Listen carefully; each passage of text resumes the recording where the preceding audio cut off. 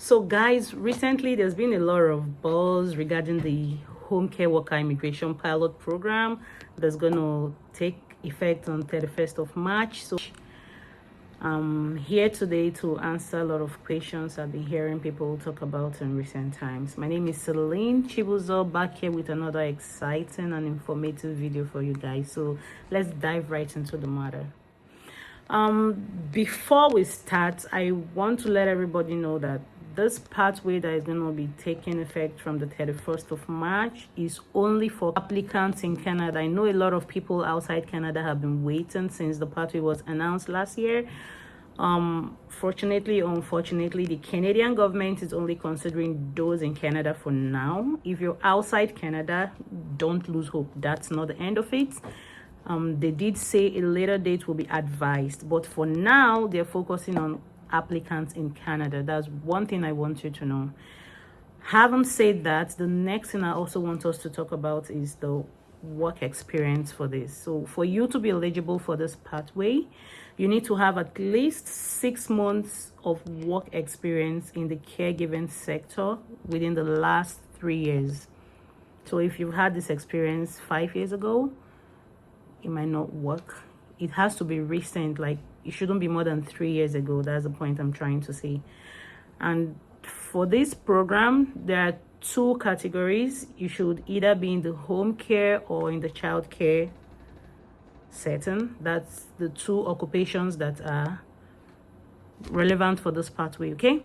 And then there's something else I want to tell you guys. The mistake I'm hearing a lot of people making. I've had people asking me, do you think I'm eligible for this program? I work here. So one thing I want you guys to know, there's very critical information you must know. So work experience you gained as a caregiver, probably in a long-term care facility, can count for you, okay?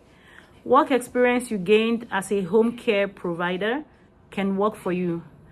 But unfortunately, your job offer cannot be from a facility like long-term care. Do you guys get the difference? Let me explain it again. The relevant work experience we're talking about, which we're saying is going to be 6 months, relevant work experience. The portal says experience as a caregiver in a long-term care may be considered, but for the job offer, which is another requirement, you need to have a full-time job offer from a Canadian employer. You cannot use a job offer as a caregiver in a long-term care facility because the NOC, which is the job classification code for these 2 jobs, are different, okay? Those working in long-term care, the NOC is 33102, and that's a tier 3 job. For those who are working in the home care and home support is 44101. There are 2 different NOCs, so you cannot use the job offer, but you can use the previous work experience in that field. Same thing when you come to the child care provider. If you have previous work experience as an early childhood educator, fine, you can use it as a qualifying work experience.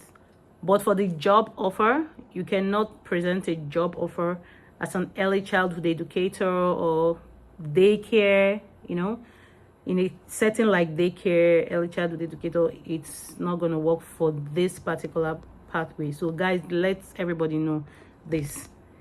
Not all caregivers are eligible for this program. That's what I'm trying to say in effect. If you know you're a caregiver working in the long-term care facility right now, and that is the job offer you want to use for this pathway, you're not going to qualify for it.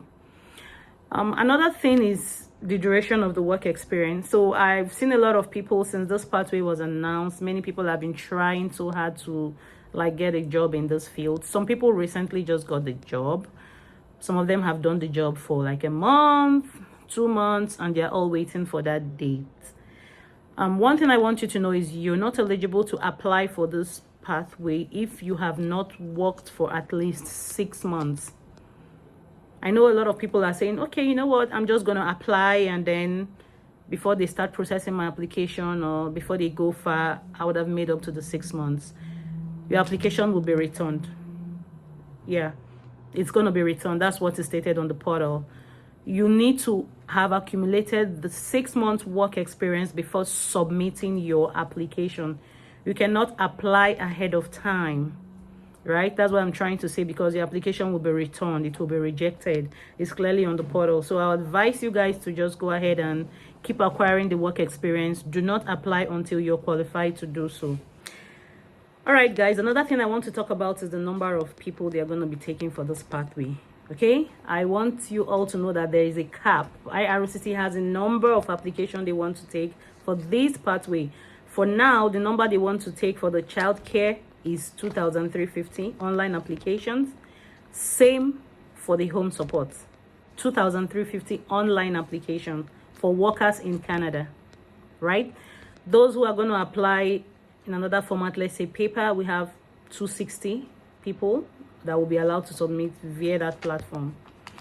This program is also open to those who are in Canada but are out of status. That's the good thing about it. So you've been in Canada, you're out of status, you're still allowed to apply for this program, but there's certain conditions. So they have a public policy recently that allows such people to apply for this program. So if you came into Canada before December 16th, 2021, and you had a valid permit at some point since that time till date, and you gained this work experience, but probably your work permit got expired and you're currently out of status, you can apply for this as well.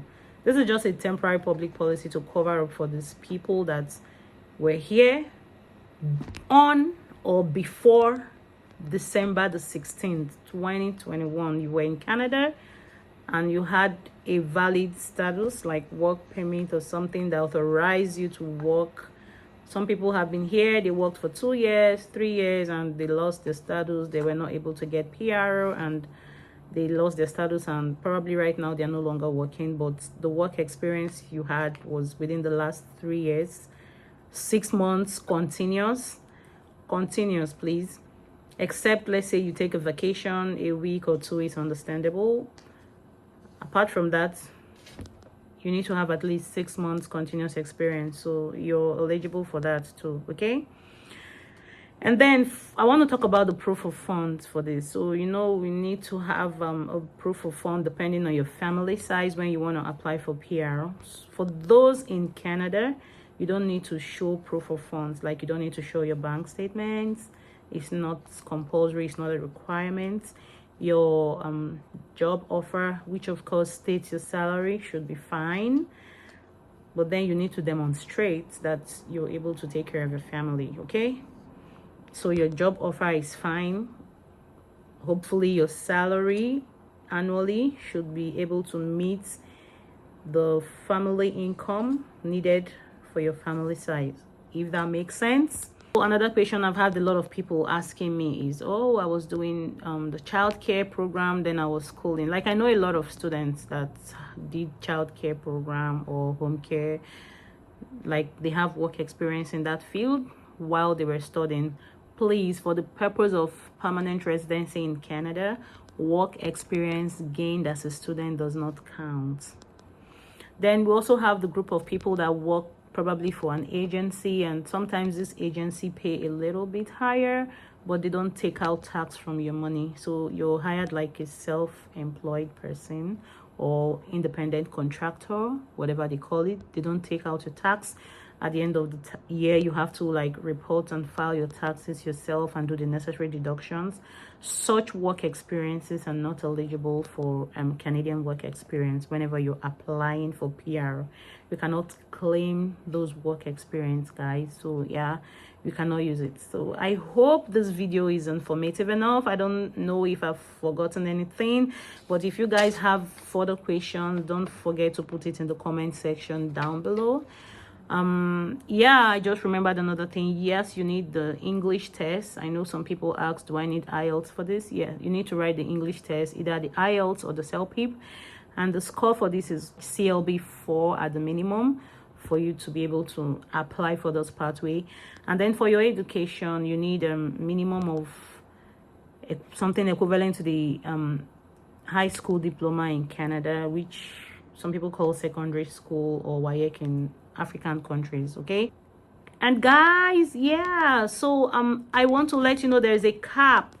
There is a cap. That is another very important information I don't want to miss out here right now. There is a cap. So there's a certain number of applications that IRCC is going to be taking, and that's about 2,350 online applications for each category, guys. I know the program is open until 2026 March, but if they receive the number of applications they need for this particular pathway, they're going to shut down the portal and you will not going to be able to apply again. So do not relax. Don't say, oh, it's open till 2026, I can take my time. If you have everything it takes, by all means, go ahead. If you do not have, yeah, you can go ahead and work to get the hours. Hopefully it's still open for you. But for those that have everything, please, you have no reason to wait, okay? Because there is a cap. There is a cap. Once you start your application, you create your profiles and you start filling the form, the system is taking note of that. And one bad thing about it is, even if you started the application and you're not able to hit the submit button before they got the cap, sorry, your application is not going to be taken. You will no longer be able to submit. That's a bad thing about it. So I would say it's a case of fastest finger first. That's why I advise you guys, go online, read about it. The forms are there. It's advised that you probably download the forms. If possible, just fill it and save on your laptops. Fine, the application is an online application. You will not be needing those PDF forms. You'll be typing your information directly on the portal. But if you're able to fill those forms now and have everything ready on that day, it's easier for you, okay? You just probably do copy and paste, or it's easy when you know you already have it written down somewhere, because there's some detailed information they'll be asking you about, which you might not want to start thinking about at the time you're trying to submit this application, if that makes sense. So familiarizing yourself with the portals and the forms you need to fill, like the generic application forms, the travel history, the personal history, and all that stuff. It's a lot of information and you don't want to rush it. You have to really be detailed so that you also don't provide wrong information. You might get penalized for withholding information. You might get refused. You might get a ban, you know.